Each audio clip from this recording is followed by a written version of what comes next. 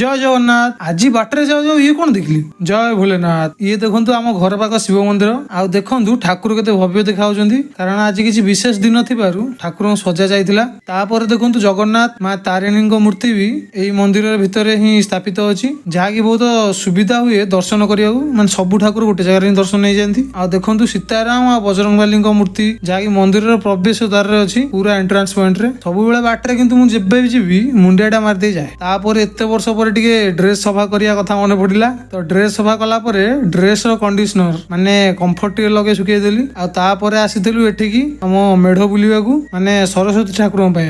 ଏବେଠୁ ହିଁ ବୁଝିବାକୁ ପଡିବ, ନହେଲେ ଆଉ ନ ମିଳନ୍ତି। ଆଉ ପୂଜାକୁ ତ ଘନ ଘନ ବ୍ଲଗ ଆସିବ, ବ୍ୟସ୍ତ ନାହିଁ। ଆଉ ଏ ପିଲା ବଢିଆ ବଢିଆ ଡେକୋରେସନ କରିଥିଲେ, ଆଉ ତା ସାଙ୍ଗକୁ କେତେ ସୁନ୍ଦର ଠାକୁର କରିବାକୁ ଥିଲେ ଦେଖନ୍ତୁ, ମାନିବାକୁ ପଡିବ। କିନ୍ତୁ ଆଉ ବାଟରେ ଆସୁ ଆସୁ ଦେଖିଲୁ ଆଉ କଣ, ଏଇ ନଈକୂଳିଆ ବିଲବାଡି। ଆଉ କିନ୍ତୁ ଶୀତ ଦିନେ ନଜାରା ଅଲଗା। ଆଉ ଆସିଲା ବେଳେ ଆହୁରି ମଧ୍ୟ ମେଢ ସବୁ ଦେଖିଲୁ। ଶେଷରେ ଲାଷ୍ଟ ମେଢ ଦେଖି ଘରକୁ ଆସିଲୁ। ଆମ ଗ୍ୟାଙ୍ଗ ସହ ଯାଇଥିଲି, ତ ସମସ୍ତେ ସାଙ୍ଗ ହେଇ ଘରକୁ ଆସିଲୁ। ତ ଲାଇକ୍, କମେଣ୍ଟ ଆଉ ଫଲୋ ୱିଥ ସବସ୍କ୍ରାଇବ ନିହାତି କରିବି। ରହିଲି, ବାଏ ବାଏ।